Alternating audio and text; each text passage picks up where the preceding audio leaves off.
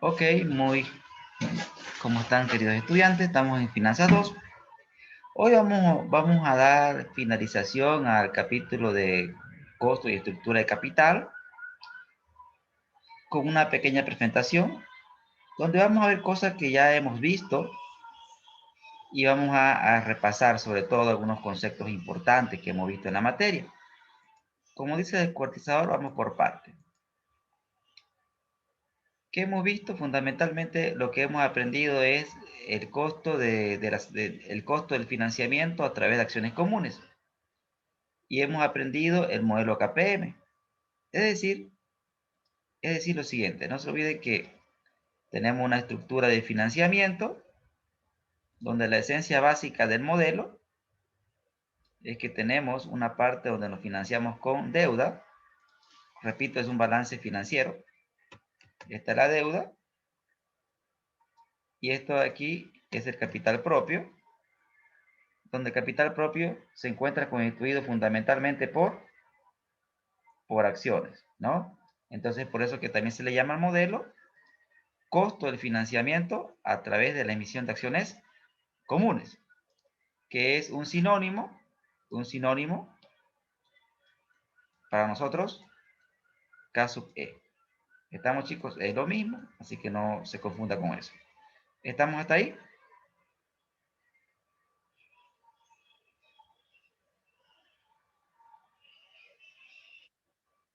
¿Se entiende? Perfecto. Perfecto. Ahora, los componentes RF, tasa libre de riesgo, rendimiento de mercado, coeficiente de volatilidad, ¿no? Fundamentalmente, la esencia del modelo KPM, o sea, la genialidad de William Sharper, es decir, ok, es decir, el costo del capital propio, o también costo del financiamiento a través de acciones comunes, está en función del coeficiente beta. Y el coeficiente beta mide pues el riesgo de mercado, ¿no, señores? Este coeficiente beta, ¿qué riesgo mide? El riesgo de mercado. Entonces, si el beta es mayor a 1, quiere decir que la empresa está muy expuesta al riesgo de mercado, y si el beta es menor a 1, la empresa no está muy expuesta al riesgo de mercado. Esencialmente, lo que quiere ganar el inversionista, la rentabilidad que debería pedir el inversionista, depende del riesgo de mercado. Esa es la esencia del modelo KPM.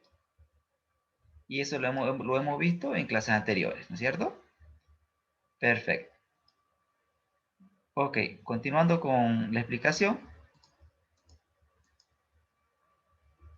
hemos aprendido también a calcular el coeficiente beta, que era la covarianza entre el rendimiento de la empresa con el rendimiento del mercado sobre la varianza de rendimiento del mercado, y de esta manera, desde el punto de vista estadístico, hemos calculado el coeficiente beta. Estamos simplemente repasando. Ahora, la gran pregunta que vamos a responder el día de hoy es: ¿puedo aplicar el modelo a Bolivia? ¿Se puede aplicar el modelo a Bolivia? Y, perfecto. Existe un micrófono prendido, por favor, lo pueden apagar, gracias. Perfecto. ¿Alguien me puede leer, por favor, la lámina? Gracias.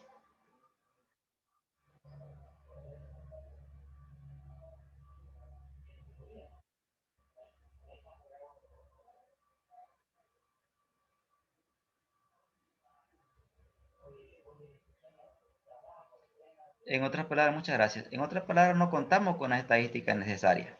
No contamos con las estadísticas necesarias. En la bolsa de valores, la mayor parte de los instrumentos que se transan son instrumentos de renta fija.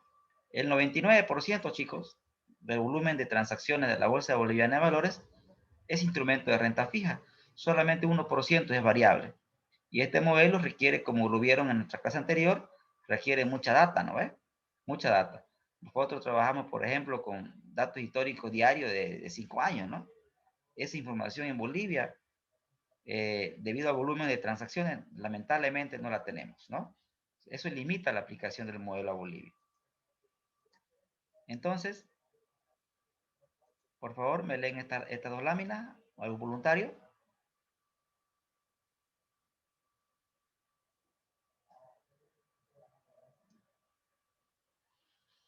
¿Sí? Gra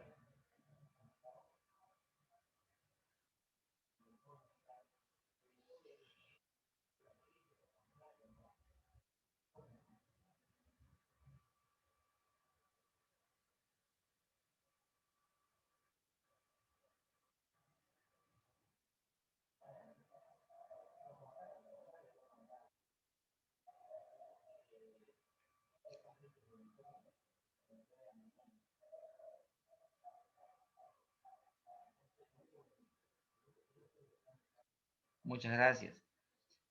En otra palabra, lo que nosotros vamos a hacer, ¿no?, para aplicar el modelo KPM a Bolivia y a cualquier país de Latinoamérica, ¿qué es lo que se hace?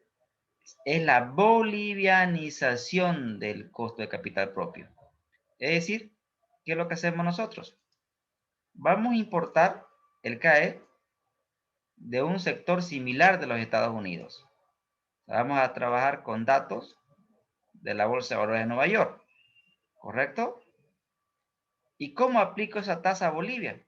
Por ejemplo, si usted quiere invertir en educación, si usted quiere invertir en educación, si usted quiere crear una universidad, va a importar el CAE o el ERE, como está aquí, de el sector educación de los Estados Unidos. ¿Y cómo aplica esta tasa en Bolivia? ¿Cómo aplica esta tasa en Bolivia? Si por ejemplo, acá hago un ejemplo numérico, si usted calcula el CAE del sector educación en Estados Unidos, y en Estados Unidos el sector educación, el CAE, es del 15%, la pregunta sería, ¿y cuánto debería pedir de rentabilidad en Bolivia? Y la respuesta es la siguiente. ¿Dónde, chicos, hay más riesgo? ¿En Estados Unidos o en Bolivia? En Bolivia, entonces, le agregamos el riesgo país de los bolivianos. O sea, el riesgo de invertir en Bolivia.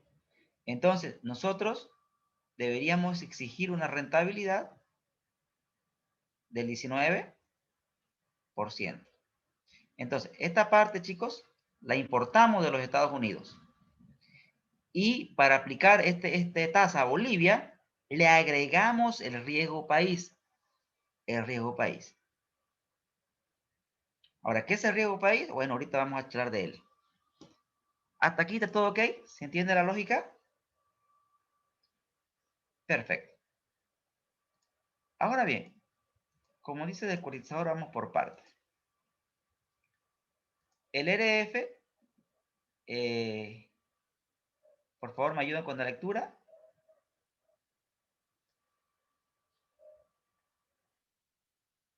Claro, gracias.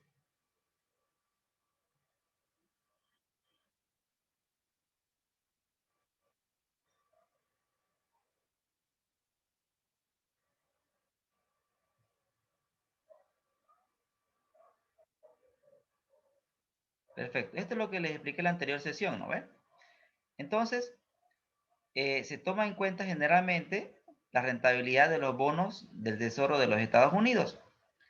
Esta rentabilidad usted la puede encontrar en esta página, ¿sí? En esta página usted puede calcular la rentabilidad, o sea, ya está calculada la rentabilidad de los bonos de los Estados Unidos.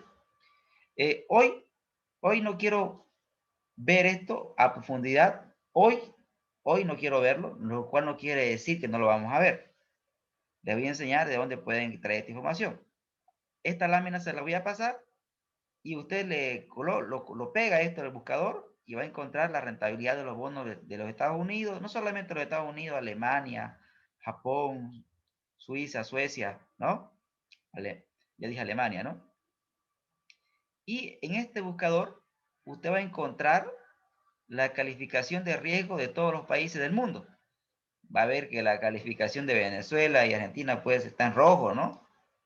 Va a ver que nosotros no tenemos una calificación mala, pero tampoco tenemos una calificación buena. Va a ver que Alemania, por ejemplo, es AAA, tiene una mejor calificación inclusive que Estados Unidos. Alemania y Japón son AAA. Estados Unidos tiene una buena calificación, pero no es AAA, ¿no? Entonces, en este buscador usted va a encontrar ese dato que yo les estoy mostrando. ¿Listo?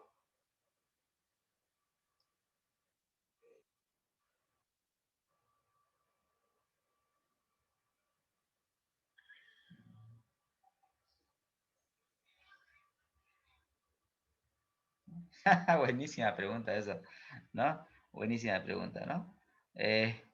La vamos a responder más adelante, ¿ya? Buena pregunta. Bien, no se preocupe, la vamos a responder cuando estemos en el tema de la tasa libre de riesgo, ¿listo? Bien, ¿cómo se determina la rentabilidad del mercado? ¿Sí? ¿Me ayudan, por favor, con la lectura? Gracias.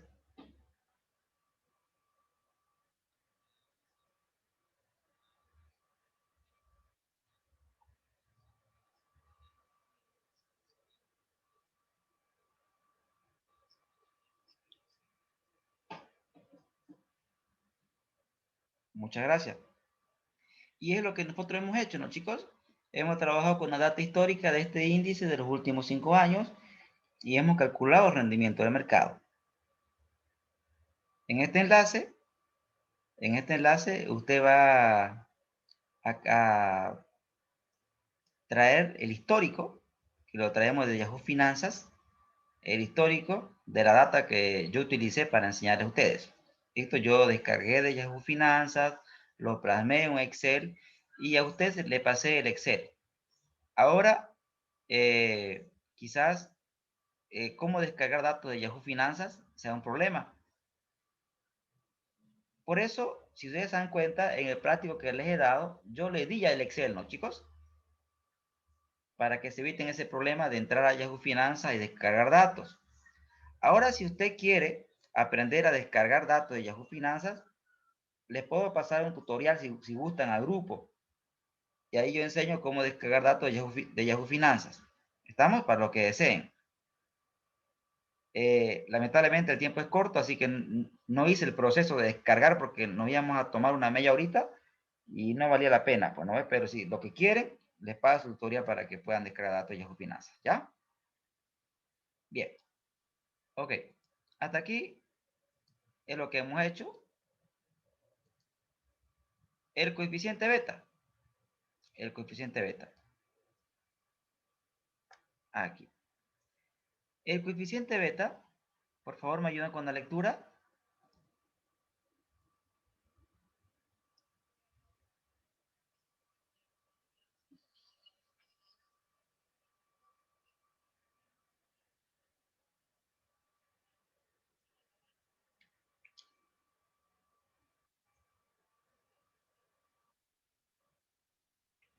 Generalmente, beta negativo, de que existen, pero sería complicado. O sea, generalmente lo que encontramos es betas positivos, betas mayores a cero. Es decir, que el mercado, o sea, la empresa se comporta en igual a la dirección al mercado. Es decir, el mercado crece generalmente y la empresa crece. Se mueve en igual dirección. Eso significa un beta positivo. Un beta negativo es raro. ¿Qué quiere decir un beta negativo? Un beta negativo quiere decir, perdón, menor a cero. Si el mercado está en crecimiento, la empresa está en decrecimiento. Eso quiere decir un beta negativo. Un beta negativo se podría dar, pero en periodos cortos. En periodos cortos.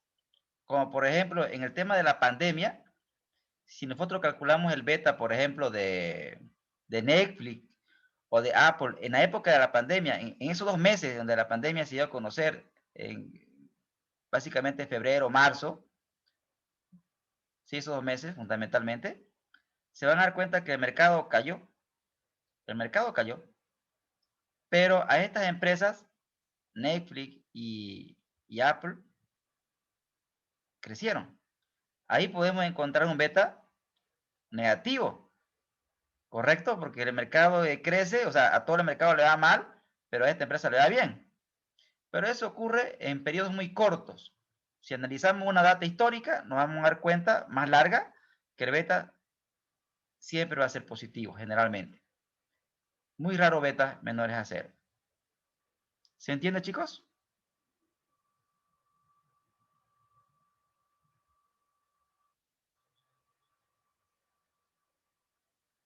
Contextos raros, ¿no? Contextos raros como el que lo comenté, el tema de la pandemia. Si analizamos la data histórica por ejemplo, de Netflix, en el periodo clave de la pandemia, 4 meses, nos vamos a dar cuenta que en esos 4 meses al mercado le fue mal. O sea, el mercado, en general, el S&P 500 decreció. Pero en ese mismo periodo de análisis corto, de 4 meses, 2 meses, a Netflix le ha ido excelente. ¿Correcto? En ese caso, podríamos hablar de un beta menor a cero.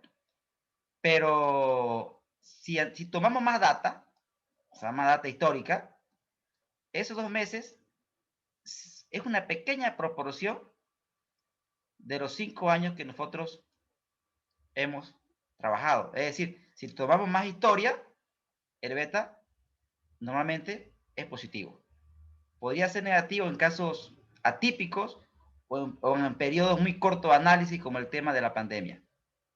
No sé si me deje entender.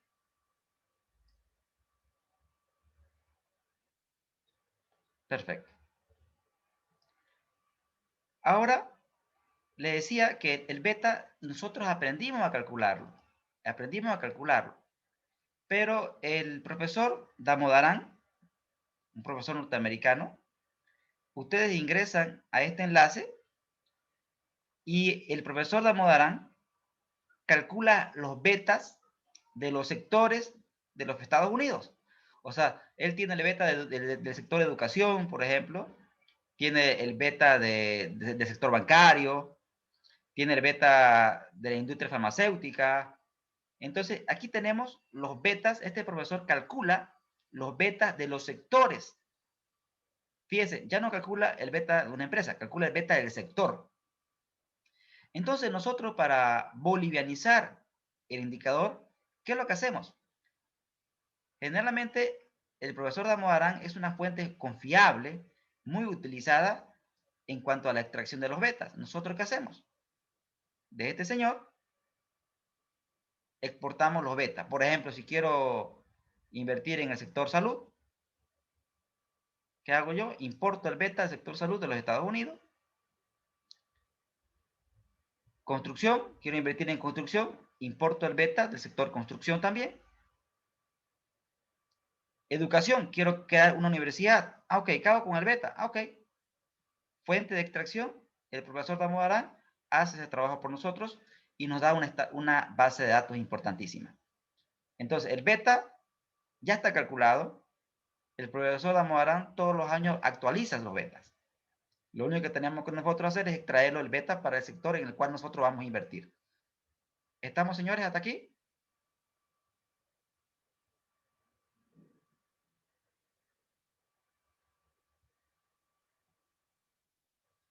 Perfecto.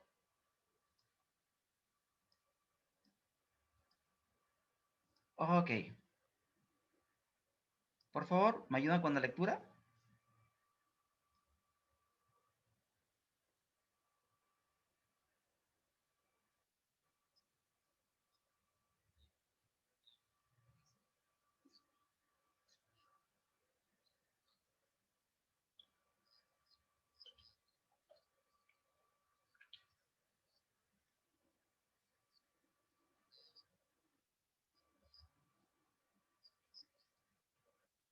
Ok. Acá voy a responder su pregunta de manera parcial. Pasa lo siguiente. Pasa lo siguiente, ¿no? A ver, cuando una empresa va a emitir bonos, una calificadora de riesgo como Fitch Rating o Moody's son calificadores de riesgo muy conocidas a nivel mundial. Si un país se quiere financiar, emitir bonos, que es un instrumento de deuda, dentro de ese proceso entra una calificadora de riesgo. Y esa calificadora de riesgo califican los bonos del país emisor. ¿Estamos con la lógica hasta ahí?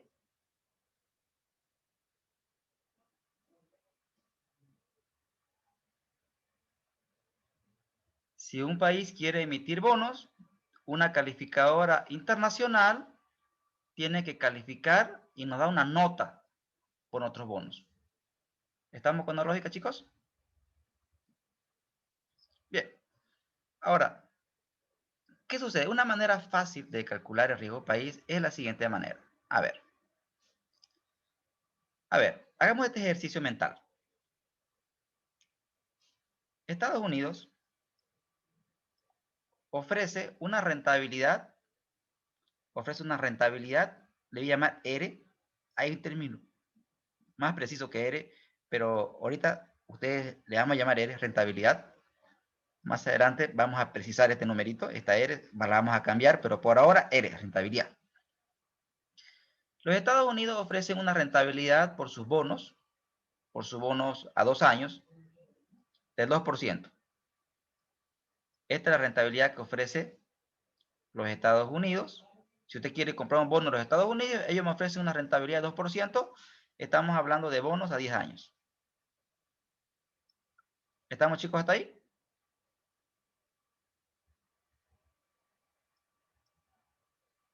Bolivia, que también quiere financiamiento, Bolivia también emite bonos. Bueno, Bolivia va a competir con los bonos de Estados Unidos. ¿Cuánto de rentabilidad Bolivia debería exigir? Más o menos. O sea, debería mejor exigir, prometer. ¿Cuánto de rentabilidad Bolivia debería más, no? ¿Correcto? ¿Estamos de acuerdo? Totalmente correcto. Entonces, más o menos está entre el 5 y el 5,5%. También por bonos a 10 años. Entonces, el riesgo país es la diferencia entre la rentabilidad que promete Bolivia menos la rentabilidad de los bonos de Estados Unidos. Es decir, ¿cuánto sería la diferencia?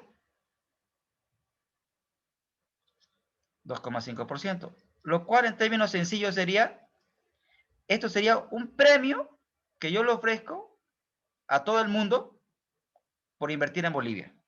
Si quieres invertir en Bolivia, yo te ofrezco un adicional de 2,5% de lo que te daría perdón, 3,5, ¿no? Gracias. Ahí está, hay un error ahí, ¿no? Perfecto, gracias. 3,5. 3,5 sería entonces el premio, el premio, el premio que yo le daría a un inversionista adicional por invertir en Bolivia. ¿Estamos con la lógica?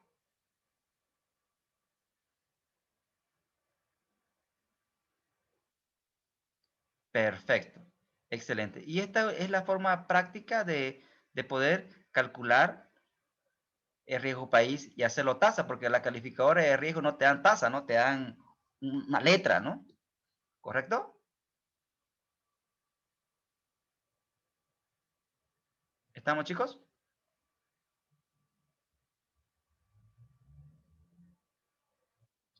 Bien.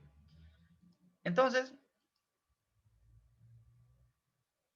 ahora hay un concepto acá nuevo para ustedes. Hay un concepto nuevo. Hay un concepto nuevo. Ahorita explico este concepto, ¿ya?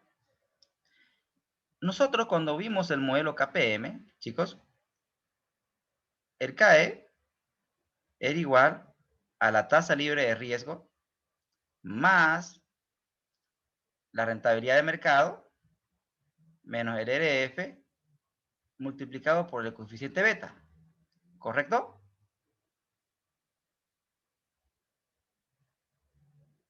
¿Estamos hasta ahí?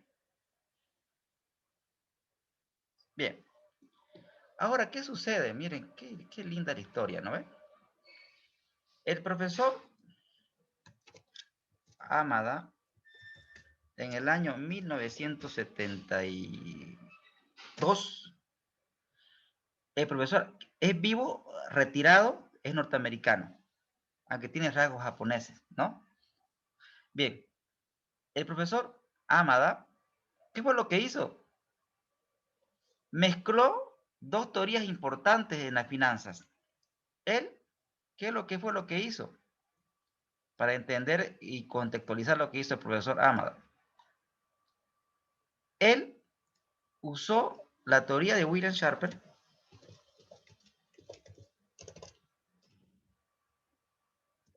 1964, cuando se publicó, digamos, ¿no? Pero ya saben que es en el 62 donde él lo hizo, pero se publicó en el 64. Y también toma la famosa teoría de Modigliani y Miller, que eso es parte de, o sea, es una teoría espectacular, pero es parte de otro curso más avanzado en el cual deberían profundizarlo. La teoría M&M, la teoría M&M desarrollada por Modigliani y Miller en el año 1958, estos señores fueron los que hablaron de nuestro tema. Ellos hablaron, Modigliani y Miller, hablaron, señores, de la estructura de capital. Hablaron de la estructura de capital. Estos señores teorizaron la estructura de capital, o sea, el costo promedio ponderado de capital. Ahora, ¿qué fue lo que hizo este señor? Este señor se basó en estas dos teorías de estos dos señores y dijo lo siguiente. Hizo una fórmula matemática, llegó a esta ecuación, pero acá lo que me interesa es que él habló de dos términos fundamentales. Existe un beta que le llamó beta U. Este beta U es un beta de una empresa sin deuda. Beta U es el beta de una empresa sin deuda. Y el beta L es el beta de una empresa con deuda. Beta apalancado. O sea, beta U, el beta de una empresa sin deuda. Beta L, el beta de una empresa con deuda. Pregunto, en los ejemplos que hemos nosotros desarrollado en la anterior sesión, ¿qué beta hemos calculado? ¿El beta U o el beta L?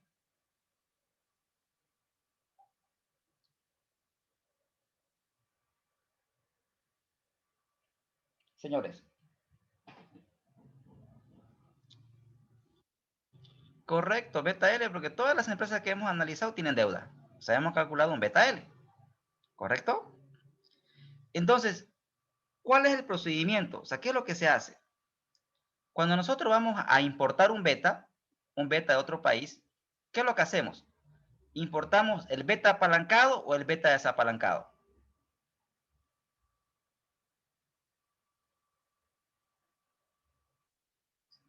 Cor Correcto. Nosotros, ¿qué hacemos? Importamos el beta desapalancado. ¿Y qué hacemos? Lo apalancamos con nuestra estructura de financiamiento.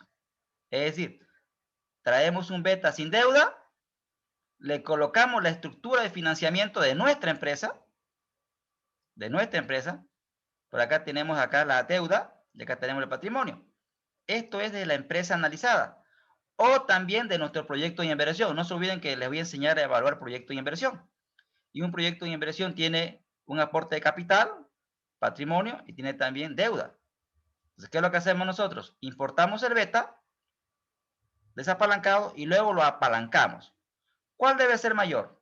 ¿El beta apalancado o el beta desapalancado?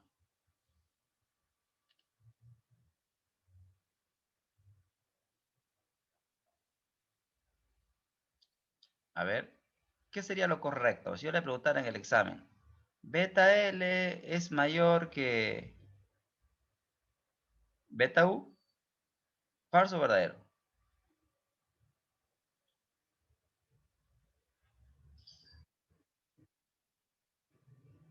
Respuesta correcta. Bien, les explico. El beta U, cuando una empresa no tiene deudas, solo tiene un riesgo que se llama riesgo operativo. Riesgo operativo, el riesgo de negocio.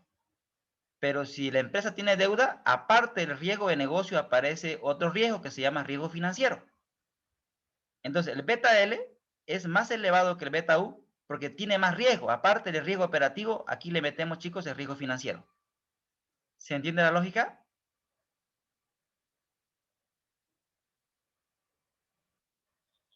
Perfecto. Excelente. Entonces, esto fue creación de nuestro amigo, el profesor Amada. No le ha dado todavía un premio Nobel, aún sigue vivo, pero esto se ocupa bastante en Latinoamérica, ¿no? Perfecto. Él lo que hizo fue fusionar dos teorías solamente, ¿no? Entonces, ¿me pueden leer, por favor?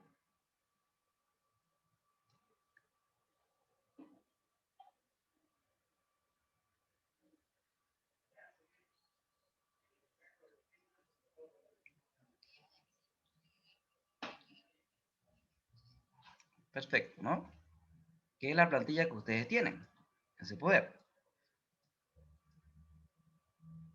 Ok, esta es la plantilla desarrollada por el profesor Juan Fernando Subirana.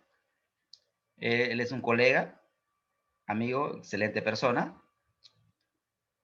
Considero que es uno de los mejores profesores para mí del país, ¿no? En el ámbito de finanzas. Él actualmente está cursando su doctorado, ¿no?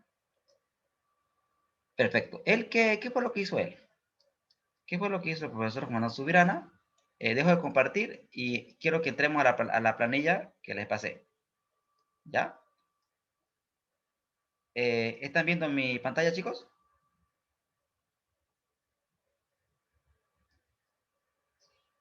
Perfecto. Y debería... Ahora sí. Bien. Entonces, lo que ha hecho el profesor, bueno, él actualiza la plantilla con los datos de la página de Damodaran. Fíjese, esta plantilla ha sido actualizada el 26 de enero de 2021 y tiene una validez de un año. Esta es la fórmula que utiliza. Básicamente la fórmula de KPM. Lo único nuevo que ustedes ven aquí es la inflación. ¿Correcto? Es la inflación. Luego tenemos la misma estructura, chicos. Esta fórmula, ¿con qué beta trabaja? ¿Con beta apalancado o beta desapalancado?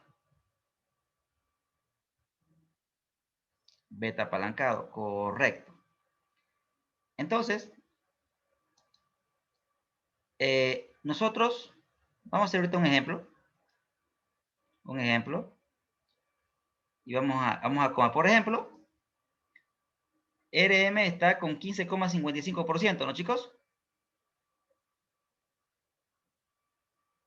Esa es la rentabilidad de mercado que nosotros hemos calculado la anterior sesión, ¿se acuerdan?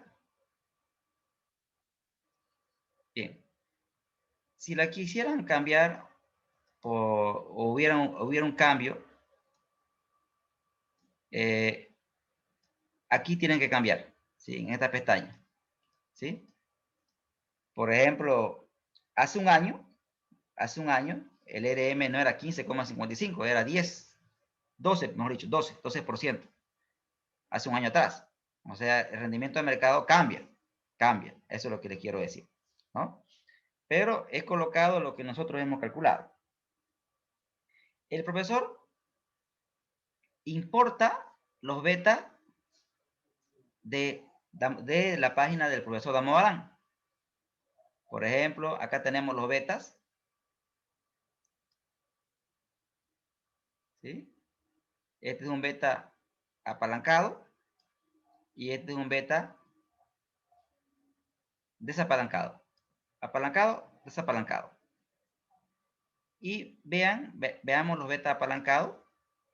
Por ejemplo, ¿qué sector tiene mayores betas? ¿Sí? Por ejemplo, veamos un sector que nosotros conocemos.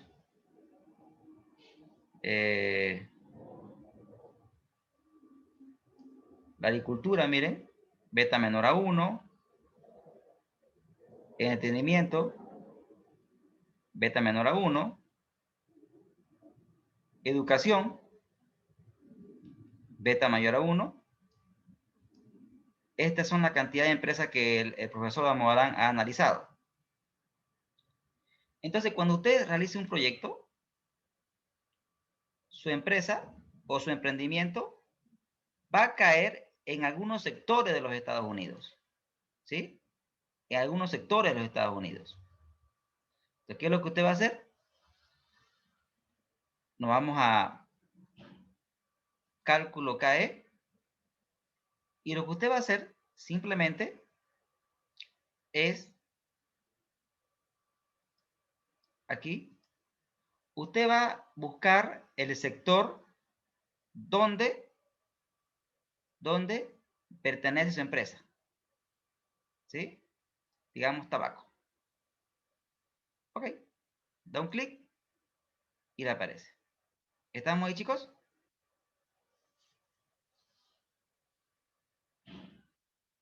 Bien.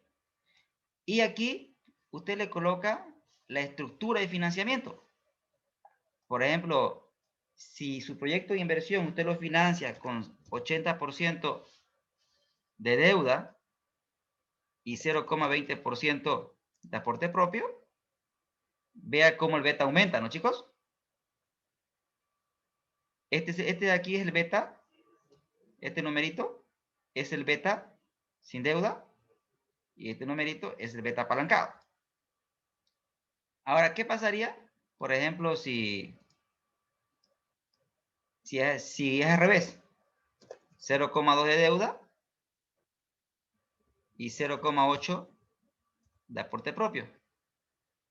¿Qué pasa con el beta? Crece, ¿no? Pero crece mucho.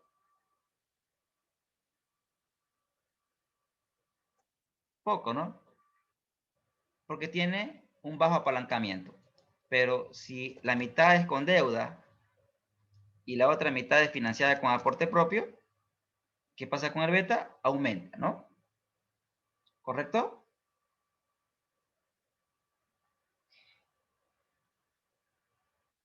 Bien. Entonces, aquí pasa algo interesante. Acá pasa algo interesante. Voy a tratar de ser lo más pedagógico posible y hablar un poquito de la teoría M&M. Que la teoría de costo de capital, particularmente, chicos, es un módulo de una maestría. ¿Se dan cuenta? Es una materia en un posgrado. Solamente la estructura de capital. Y acá lo que voy a hacer es, por lo menos, el concepto que quiero que usted lo tenga claro. Acá tenemos la deuda y acá tenemos el capital propio. ¿Estamos? Tengo aquí una estructura. Y si tengo una estructura, seguramente yo debería tener, y cada fuente de financiamiento tiene un costo, como sabemos, y nosotros hemos aprendido a calcular el costo promedio ponderado de capital. ¿Está bien?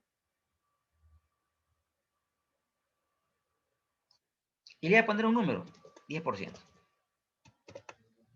Ahora le voy a explicar qué decía Modigliani y Miller. A ver, Modigliani y Miller en el año 1958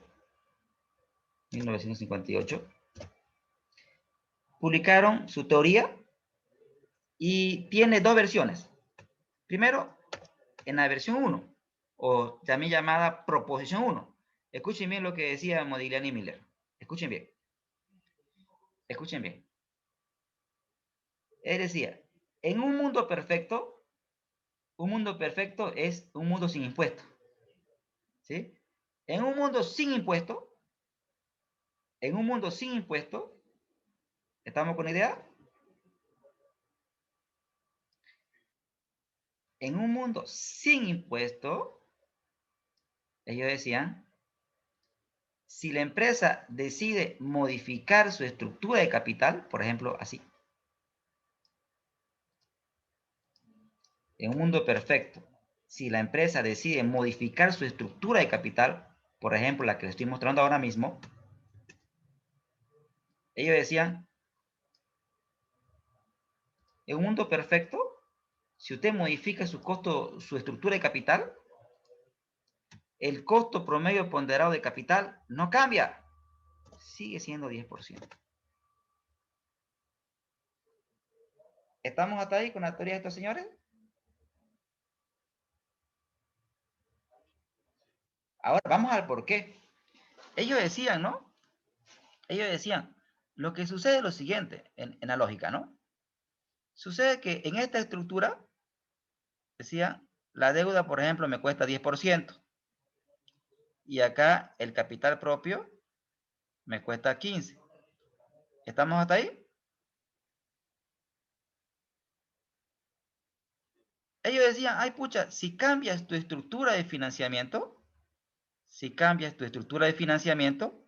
vamos a asumir que el banco me siga cobrando 10%. ¿Estamos? Pero el inversionista pone sonso, ¿no ve? Ay pucha, va a decir, la empresa está más endeudada. Y si está más endeudada, entonces la empresa es más riesgosa, ¿no, chicos? ¿Estamos con la lógica? Entonces, el inversionista, ¿qué va a hacer? Va a pedir una rentabilidad mayor que el 15%. De tal manera que se va a equilibrar la balanza y vamos a volver al 10%. ¿Estamos con la teoría de estos señores en la versión número 1?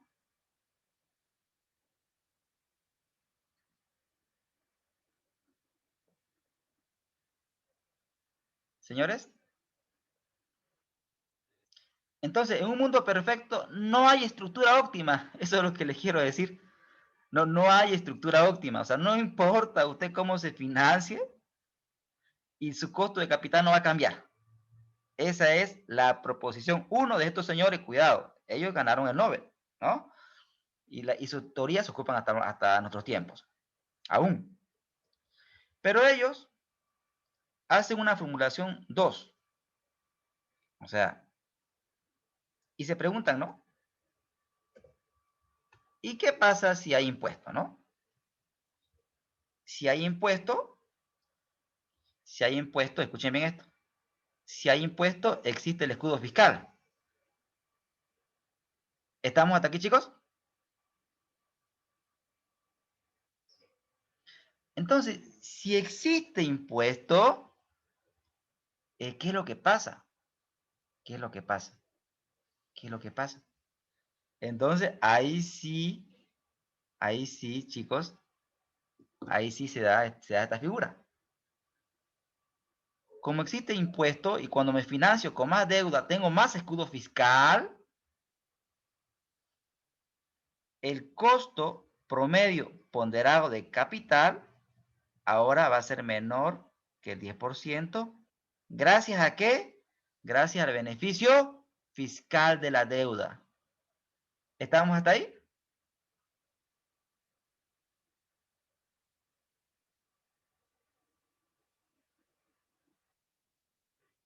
Entonces, una pregunta de su práctico era, ¿cómo reduzco el costo promedio ponderado de capital? Obviamente no hacía yo referencia a la proposición 1, ¿no? Porque en la proposición 1 no se podría reducir porque no importa, ¿no? No importa la estructura. Hacía referencia a la proposición 2. ¿Y cómo puedo reducir el costo promedio ponderado de capital? Aumentando en mi estructura de financiamiento la fuente más barata. Y la fuente más barata es la deuda. ¿Estamos hasta ahí, chicos? Perfecto. Entonces, a mayor deuda, menor costo promedio ponderado de capital. Y la pregunta sería, y profesor, ¿y cuál es la óptima? Si bien existen teorías al respecto, por ejemplo, Guillermo López Dunraun publica en su libro de Finanzas Corporativa en los últimos 2 capítulos una teoría interesante para calcular la estructura óptima. De ahí que el profesor también Subirana la muestra en la plantilla también, que también lo vamos a ver eso más adelante. Pero sin embargo, no hay un acuerdo, digamos, en cuál es la óptima. Pero Modigliani y Miller nos dijeron dónde tenemos que mirar. Escuchen bien esto. Escuchen bien lo que les voy a decir.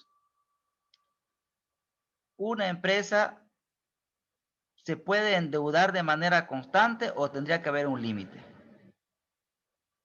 ¿Qué dicen ustedes, señores?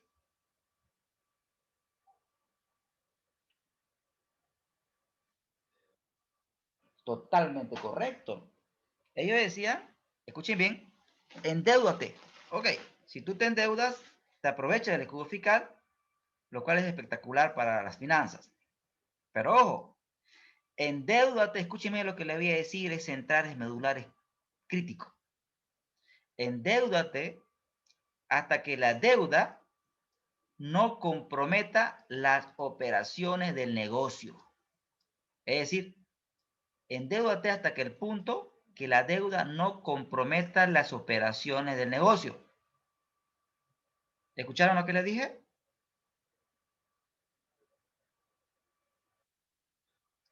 Ahora les doy un ejemplo. ¿Cuándo la deuda compromete las operaciones de negocio? Les doy un ejemplo bien sencillo. Llega fin de mes y tengo que pagar sueldo y salario, tengo que pagar al proveedor, tengo que pagar alquiler. ¿Estamos? ¿Estamos hasta ahí? No me alcanza el dinero. Tengo que priorizar. ¿Y qué hacen las empresas? Prefieren primero pagar al banco para no quedarse en balance. ¿Estamos con la lógica? Usted como gerente, llega a fin de mes, usted en su juicio razonable, usted diría, ay, mis trabajadores me van a entender. Yo charlo con ellos, me esperan 15 días. El proveedor, yo charlo con ellos, me esperan un mes. Hablo con el dueño de casa, me espera un mes, pero el banco no me va a esperar. ¿Estamos con la lógica? Entonces, en ese sentido, escúcheme jóvenes, la deuda está afectando las operaciones de negocio. ¿Estamos con la lógica?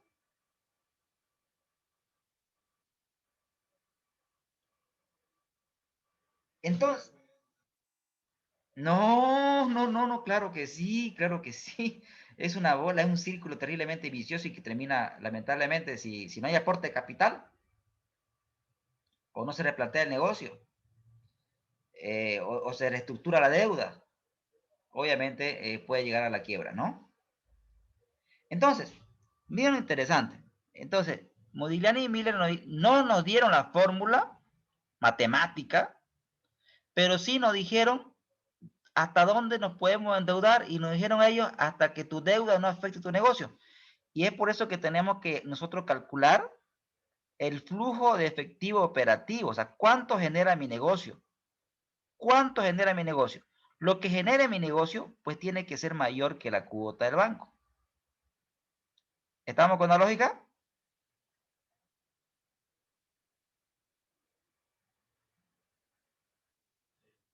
Pero en ningún caso igual, ¿no? Tiene que ser mucho mayor. ¿Cuánto mayor? ¿Cuánto mayor? Y ahí también Modigliani y Miller, perfecto, tiene que ser mayor, definitivamente. Ahora, ¿cuánto mayor? Y miren ustedes lo interesante que estos señores en el año 1958, ¿en qué año estamos ahorita? ¿Cuántos años pasaron, chicos? Sí. Háganme la resta, mi mente no hace cálculo ya así. 63 años, ¿correcto? Miren, ellos me decían, ok, si te vas a endeudar, tu flujo de efectivo operativo tiene que ser mayor a tu cuota, obviamente. No se olvide que su flujo de efectivo operativo, por si acaso, está después de pagar las obligaciones operativas. O sea, es lo que le queda a usted después de pagar al proveedor, de pagar alquileres. El flujo operativo es lo que me queda después de cubrir todos mis costos fijos. ¿Estamos con la lógica, chicos? Repito, el flujo de efectivo operativo es lo que genera el negocio, pero después de, o sea, es lo que me genera mi negocio, pero después de pagar el costo de venta, de pagar los gastos operativos. ¿Me dejo entender? Obviamente, en esta materia yo le voy a enseñar a calcular este flujo. Deme 2 semanitas más y vamos a estar calculando el feo. Tiene que ser mayor a la cuota, pero usted tiene que ser prudente. Tiene que hacer un análisis de riesgo. Tiene que hacer un análisis de riesgo. O sea, ¿qué pasaría si mis ventas caen, por ejemplo, pensemos un escenario extremista, así, extremista. ¿Qué pasaría si mi venta cae en 30%? Si mi venta cae en 30% y aún así puedo pagar mi cuota, se procede. Estoy haciendo un análisis de riesgo porque estoy haciendo un escenario pesimista. Pero si su feo no tolera una caída, por ejemplo, si su feo, si cae mi venta un 5% y no me da para pagar mi cuota, estaría adoptando una posición muy riesgosa. Ustedes saben perfectamente que en la pandemia muchos sectores, sus ventas cayeron por debajo del 30%, 40% o 50% inclusive. Entonces, ese tipo de empresas pues no podría pagar su cuota, ¿correcto?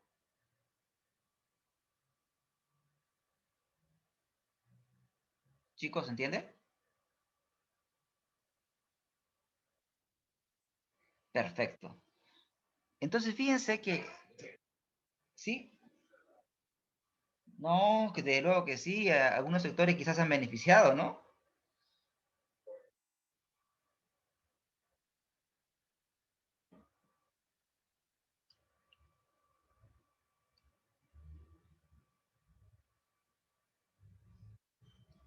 Totalmente correcto. O sea, eh, siempre eso ocurre así, ¿no? O sea, un evento favorece a unos sectores y perjudica a otros, pero en este caso tenemos que ponerlo en la balanza, ¿no?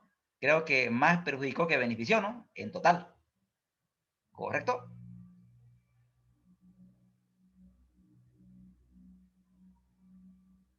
¿Me dejo entender?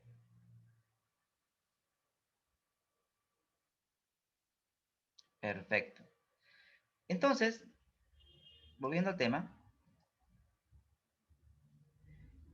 la calificación de riesgo de Bolivia según Moody's es B2. Así que lo van a dejar con B2. Y piense que, de acuerdo al cálculo que hice anteriormente, más o menos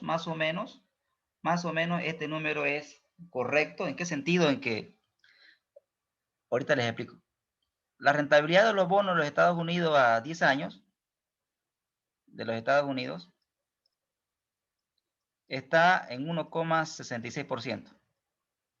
¿Sí? Y la rentabilidad que ofrece Bolivia, si mal no recuerdo, en la última emisión, ofrecía 5,5%. Hagan la resta, por favor, ¿y cuánto les da?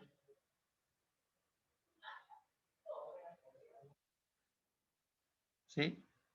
O sea, no igual, pero similar a esto. En realidad, la rentabilidad debería estar menor actualmente en los Estados Unidos y la de Bolivia debería estar en un 6% más o menos. Perfecto.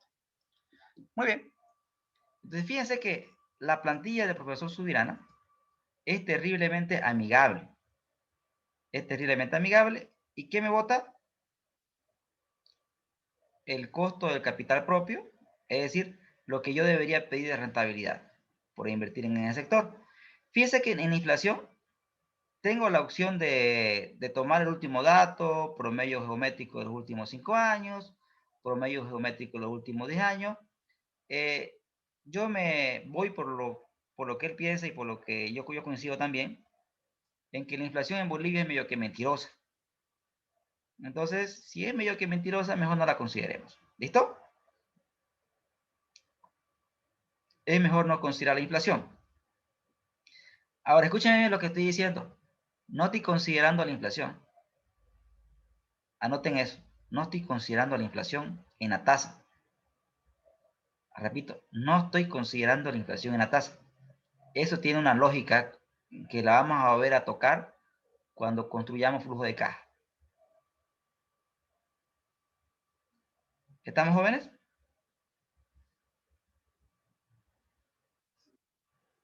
Bien. Y todo lo que hemos hecho, todos los cambios, fíjense que hemos hecho en la plantilla, todo queda guardado aquí. Esta es una imagen. Y esta imagen, usted control C, control V, la pega a su documento. Y esto es una justificación de cuánto usted debería exigir de rentabilidad con la aplicación del modelo KPM. ¿Qué les parece, chicos, el aporte del profesor?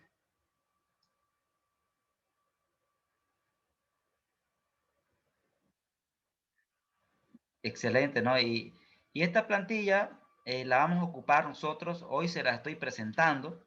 Fíjense que en el práctico no les he preguntado nada acerca de la aplicación del modelo a Bolivia, pero considero que es un tanto complejo aún y más se va a entender cuando hagamos ejemplos ya completos. Entonces vamos a volver a utilizar la plantilla del profesor, pero cuando hagamos ya casos completos, es decir, cuando estemos en una unidad 6 y 7, ¿ya? Por ahora, simplemente, como es parte del capítulo, es parte de, se la estoy presentando. ¿Estamos jóvenes?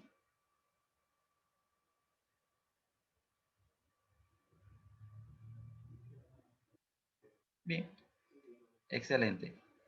Y con este punto queda por concluida la unidad número 2, jóvenes. Y damos la bienvenida a la unidad número 3. ¿Cuál es el título de la unidad número 3?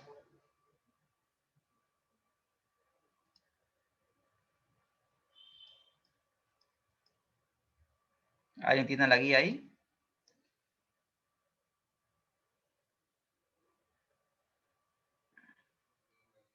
A ver. Exactamente. Indicadores de evaluación de proyectos de inversión. Perfecto, excelente. Entonces, vamos por parte, como dice el descuartizador, ¿no? Sucede que nosotros tenemos una determinada inversión. Tenemos una determinada inversión. Esto ya lo vimos al inicio, en la parte teórica del tema 1. Primero, nosotros definimos la inversión, cuantificamos la inversión. Cuantificamos la inversión. Luego nosotros trazamos un horizonte de evaluación. Es decir, por cuánto tiempo vamos a hacer la evaluación de la inversión. Y también les expliqué que había criterios como el tamaño de la inversión, el ciclo de negocio, la estabilidad económica y política de un país. Existen criterios. Ok, vamos a asumir que vamos a evaluar una inversión por 5 años. Y este proyecto de inversión me genera flujos. Me genera flujos de caja. Me genera flujos de caja. Y por ahora, quiero que manejemos un concepto que es el concepto de flujo de caja libre. El proyecto de inversión genera flujo de caja libre y el flujo de caja libre que genera un proyecto de inversión,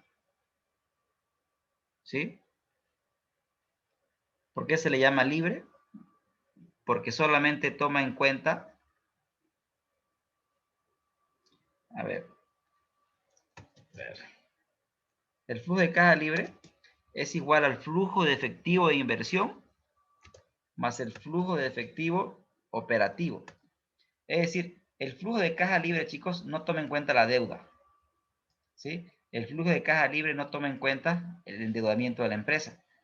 Por eso se llama libre. ¿Estamos hasta ahí?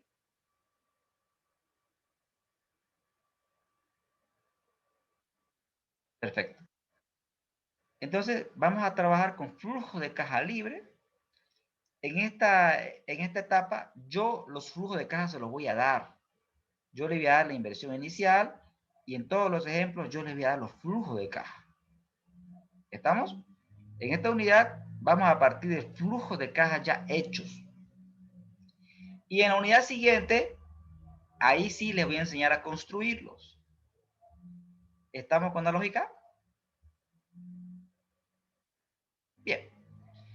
Ahora la pregunta que debo responderme es, ¿cómo sé que esta inversión es rentable o no? ¿Cómo sé que esta inversión que he hecho en el periodo cero es rentable? ¿Cómo sé que es rentable? ¿Cómo sé que es rentable? Entonces, eso iba a ir correcto. Tenemos indicadores, por eso tenemos indicadores. Indicadores de evaluación. Los indicadores de evaluación se clasifican fundamentalmente en dos grupos. El primer grupo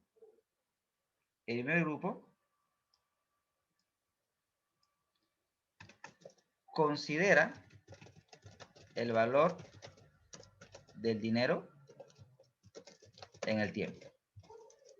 El primer grupo considera el valor del dinero en el tiempo. Cuando digo considera el valor del dinero en el tiempo, estamos hablando que considera el costo promedio ponderado de capital.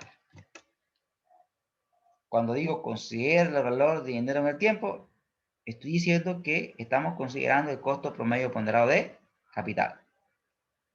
¿Y cuáles son esos indicadores, queridos estudiantes? El valor actual neto, el máximo exponente, el mejor indicador, el valor actual neto, el mejor indicador, así es simple, el mejor, escuchen esto, el mejor indicador. Y obviamente yo les voy a demostrar porque es el mejor. El más usado, pero no el mejor, es la TIR, que es la tasa interna de retorno, que va a ser objeto de avance. Tercer indicador. El tercer indicador es una versión mejorada de la TIR, que se llama la tasa interna de retorno modificada, la TIR-M. La tasa interna de retorno modificada es una mejora de la TIR. Cuarto indicador que vamos a ver es el índice de rentabilidad. El índice de rentabilidad se deriva del BAN. Es un buen indicador, ¿sí? Es un buen indicador, pero no es el óptimo, pero igual lo vamos a calcular y les voy a explicar, ¿ya? 5. Tenemos la relación beneficio-costo, que también es un indicador interesante. Parecido al índice de rentabilidad, pero no igual, tiene sus diferencias, ¿no?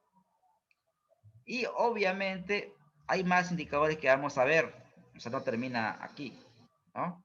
Es por eso que esta unidad en la cual nos estamos introduciendo el día de hoy, desde mi punto de vista, es una de las más largas. Así que le vamos a dedicar sus 3 semanitas o 2 semanitas a volverlo a ustedes expertos en evaluar inversiones. Expertos. Y tenemos que aprender las ventajas y desventajas de cada indicador. Y existe otra corriente que también la vamos a ver, que son los indicadores que no consideran el valor del dinero en el tiempo. El más clásico es el famoso PRI. PRI o también lo pueden encontrar como PRK, periodo de recuperación del capital, ¿no?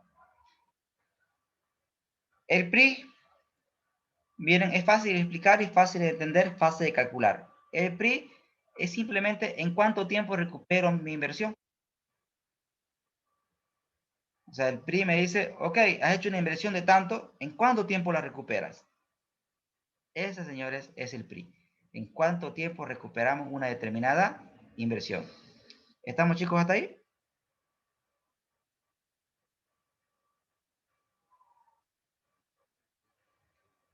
Perfecto, excelente.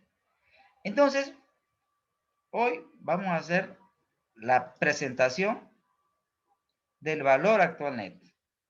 Se las voy a presentar, ¿ya? Y alguien, bueno, ¿están tomando apunte? ¿Lo puedo borrar?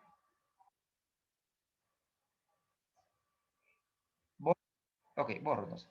Igual le pueden sacar una captura igual, ¿no? Borro entonces. Borro. Ok, para explicarle el BAN con un ejemplo, tengo presentaciones acerca del BAN. Me gustan las presentaciones, no piensen que es un tema de que el profesor no tiene presentaciones, ¿no? Se podría pensar, pero me gusta más hacerlo todo de cero. Pero después que les enseñe, voy a usar las presentaciones, pero solamente para resumir. ¿Les parece? Mejor que, mejor que lo hagamos de cero, ¿no ve? Así como estamos haciendo, con un razonamiento lógico. Excelente. Ya después las presentaciones, que las tengo y se las voy a pasar, se las voy a mostrar, pero solamente a modo de repaso solamente. Ahí. Vamos a hacer un pequeño ejemplito numérico, ¿ya? Para entender un poco. Consiste el BAN. Y se van a dar cuenta que no tiene mucho misterio. Vamos a asumir una inversión, que la empresa tiene una inversión de 100 bolivianos, inversión de 100 bolivianos, y el primer año de operación, nuestro proyecto nos genera un flujo de caja libre de 50, un año espectacular. El año 2, un flujo de caja libre también de 50, pero no lo vamos a hacer tan fácil. 30, 60, 70 y 80, ¿no? Entonces, ahí tenemos los flujos de caja que me genera el proyecto de inversión. Flujo de caja libres. Entonces, les podría preguntar, ok, ¿y el proyecto de inversión es rentable? Y alguien me dirá, bueno, profesor, pienso que sí, es rentable. ¿Y cómo usted sabe que es rentable? Alguien diría, fácil, hago la sumatoria de los flujos de caja libre, ¿no es cierto? O sea, sumo lo que generé en el año 1, más lo que generé en el año 2, más lo que generé en el año 3, más lo que generé en el año 4. ¿Cuánto es la sumatoria, chicos?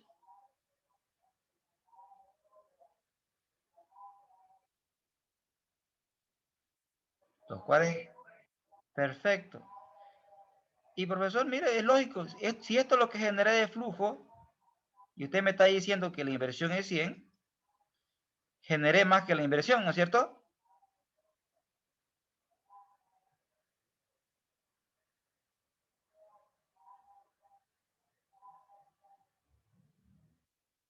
Entonces, el proyecto va. Pero, como todos ustedes son expertos en finanzas, son mis estudiantes, usted va a decir, no, profesor, está usted cometiendo un error, como diría un chinito, terrible. ¿Cómo pues usted va a sumar? ¿No ves que están en diferentes momentos de tiempo? ¿No podría sumarnos, chicos? ¿Correcto?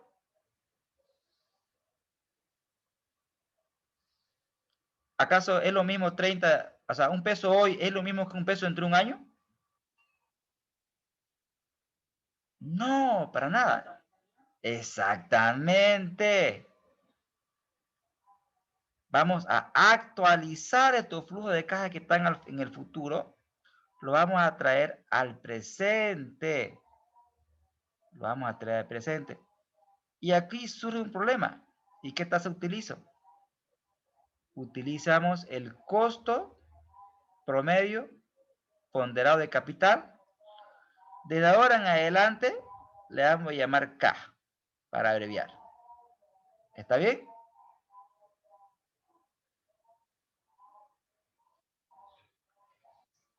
Entonces, lo que usted va a hacer, si correcto, el costo de capital.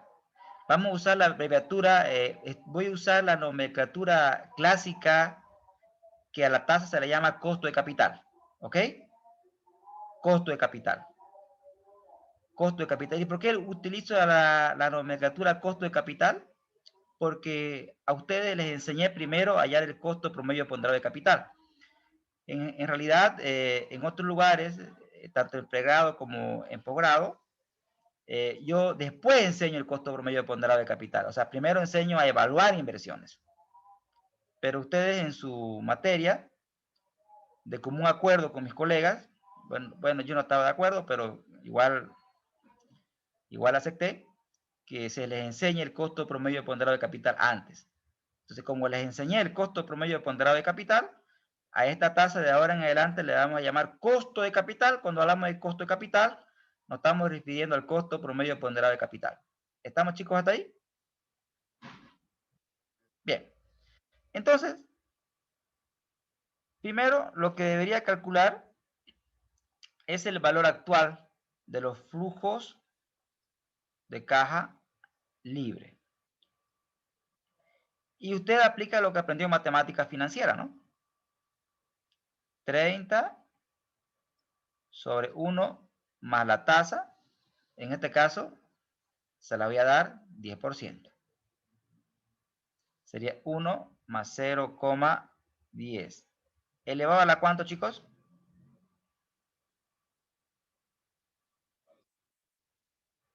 Al primer año, ¿no? Sería, ¿no? Más 60 sobre 1 más 0,1, 0,10. ¿A la cuánto, chicos? A la 2. ¿Por qué a la 2? Porque estoy actualizando por 2 periodos. Más 70. Realmente estoy contento con ustedes, pues se nota, pues, ¿no? Que siempre así tienen que hacerme preguntas rebuscadas y preguntas interesantes. Eso hace más bonita la clase. 3 a la 3 más 80 sobre 1. Alguien, por favor, que esté con su calculadora. Lo estoy haciendo a mano. Ya en la siguiente clase vamos a usar puro Excel. Por favor, ¿me ayudan con el cálculo? ¿Cuánto daría todo esto, por favor?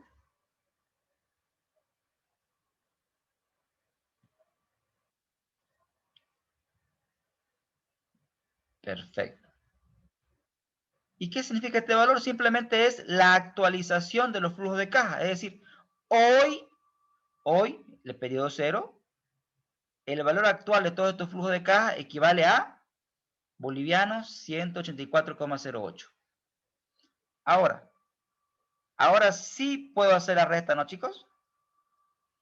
A 184,08 porque ya está en el periodo 0, ya lo actualicé. Ahora sí le puedo restar la inversión. ¿Cuánto daría la diferencia?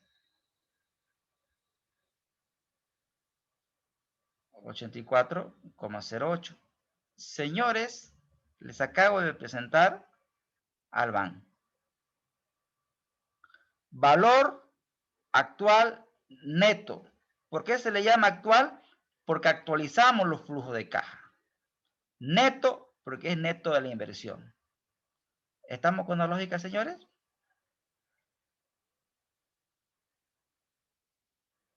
Bien.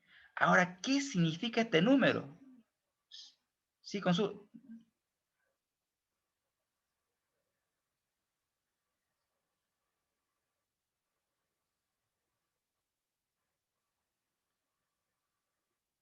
Ya. Sí, lo que usted manifiesta, sí, guarda relación, pero dejemos que la respuesta a su pregunta, ¿no? Que es pertinente, vamos a dejar, deme dos clasecitas más para que profundicemos en este tema y quizás tengamos una conclusión más profunda. ¿Le parece? Está bien lo que usted piensa. Está por buen camino, es correcto. Pero no quiero atreverme ahorita a comenzar a explicar sin hacer más problemita y más lógica para que todos estemos en el mismo tren. ¿Ok?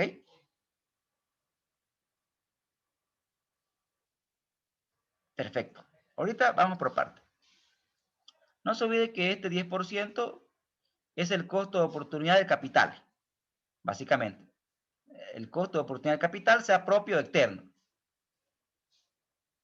Ahora, el proyecto de inversión, si este es el costo promedio ponderado de capital y el BAN me da mayor a cero, si este es el costo promedio ponderado de capital y el BAN me da mayor a cero, quiere decir, jóvenes, quiere decir que este proyecto de inversión está cumpliendo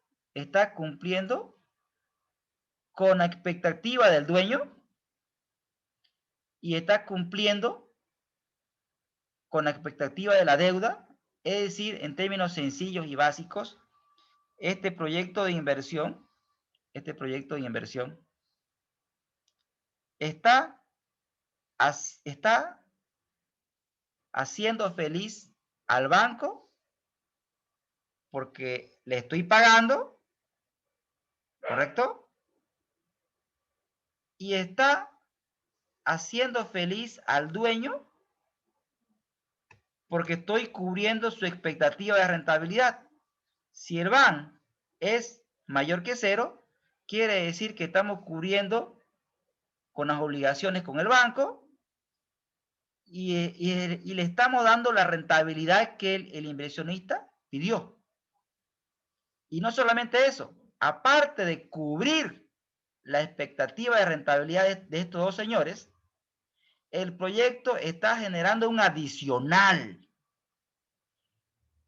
¿De cuánto?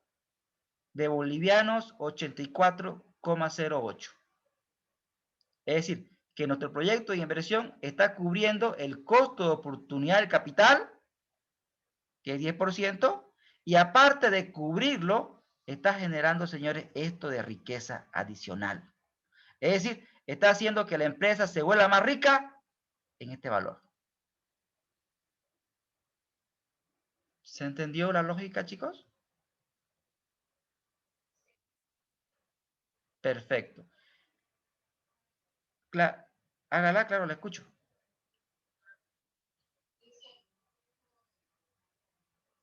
Libre.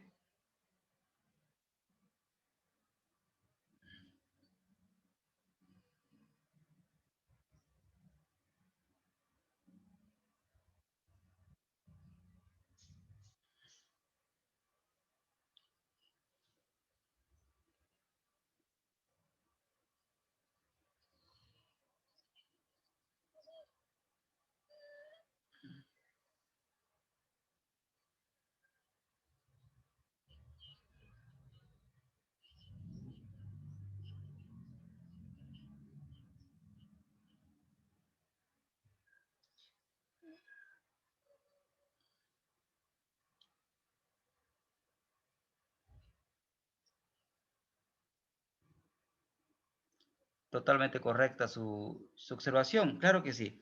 Claro que sí. Ahora vamos, como dice el coordinador, vamos por parte, ¿no? En esta primera etapa, la pregunta de su colega es pertinente. Ella manifiesta, sí, tenemos relativa certeza del primer flujo, pero de los otros flujos, profesor, no tenemos certeza de que sean 60, 70 u 80, ¿correcto? ¿Y por qué no tenemos la certeza? Pues por lo mismo que usted me está diciendo, están en el futuro y el futuro es incierto. ¿Estamos de acuerdo? Es por eso que en el capítulo, después de que le enseñe a construir flujo de caja, le voy a enseñar a hacer análisis de riesgo.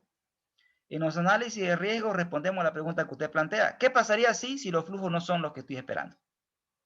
¿Correcto? Para eso hacemos el análisis de riesgo. Excelente. Muy buena pregunta. Bueno, jóvenes, solamente he hecho por si acaso la introducción, no piensen que esto es el tema, ¿no? Es la introducción, ya la siguiente sesión con ejemplos, voy a explicar de manera más formal cómo se calcula el BAN y vamos a hacer muchos ejemplos. Por si acaso esto no, esto simplemente es una introducción. ¿Estamos jóvenes?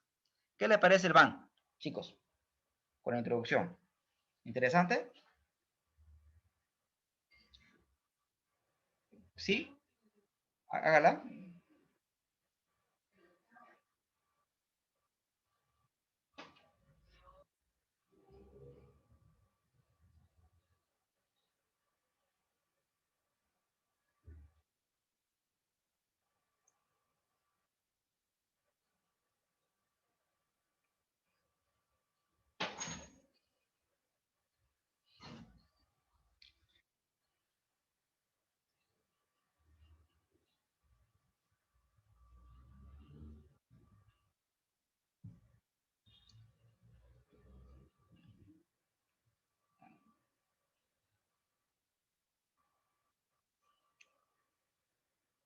Correcto. A ver, respondiendo a su pregunta, yo sé que están apurados. Deme un tiempito, ahorita respondo a la pregunta de su colega. ¿Y dónde va la lógica, no? Le explico la práctica que hacen algunas entidades financieras. Cuando calculan los flujos, por ejemplo, de una empresa, se trabaja con flujos mensuales. La empresa presenta unos flujos, correcto, pero el analista de riesgo los sensibiliza. ¿Qué quiere decir? ¿Qué pasaría si sus flujos bajaran un 10%, por decir algo? ¿Qué pasaría si los flujos bajaran un 10%? Entonces, podría pagar su cuota y ya eso es parte del análisis de riesgo, ¿no? En el caso de cuando usted presenta un proyecto, ya sea para la construcción, por ejemplo, la parte que he visto es la parte de presentación de proyecto para la construcción de departamentos.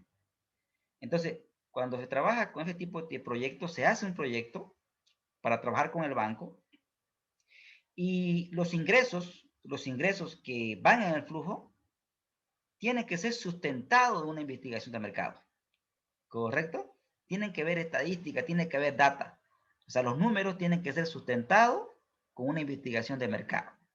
O sea, los flujos de caja que se presentan en finanzas no nacen del aire, tiene que haber un sustento y ese sustento es la investigación de mercado. Ahora, sobre el caso particular que usted menciona, usted calculó el flujo 1, ¿no ve? ¿Y qué hicieron ellos? Lo mantuvieron constante, ¿no? Ellos lo que están haciendo, se están protegiendo del riesgo, están considerando el peor escenario, es decir, que sus ingresos no crezcan en el tiempo. ¿Me deben entender?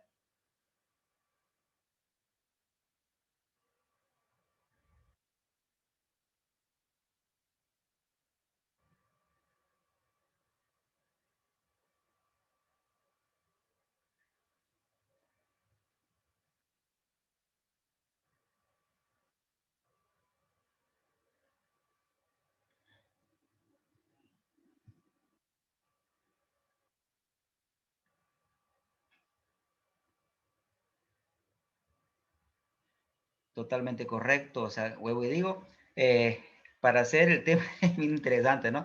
Tengo que considerar variables macro como variables micro, ¿no ves? Las variables micro son factores que afectan al sector en sí y las variables macro son los factores políticos, económicos, sociales, inflación, riesgo de que la tasa, el tipo de cambio cambie en el tiempo, que es un riesgo latente, al menos en Bolivia, ¿no? Y se deben de considerar en los flujos todas esas variables definitivamente, ¿no? Todo lo que ustedes mencionan en ambas intervenciones son parte del análisis de riesgo que se deben hacer cuando hacemos un flujo de caja proyectado, ¿no? Interesante. Muy bien, jóvenes, no podríamos extender porque finanzas, como verán, es apasionante, ¿no? Gracias a todos por estar presentes, un abrazo, se me cuidan. Nos vemos el día, ¿qué día? ¿Qué día nos toca? Lunes, ok, ok, ok, ok. Un abrazo, feliz fin de semana a todos, se cuidan, se cuidan. Hasta luego, se me cuidan. Chao.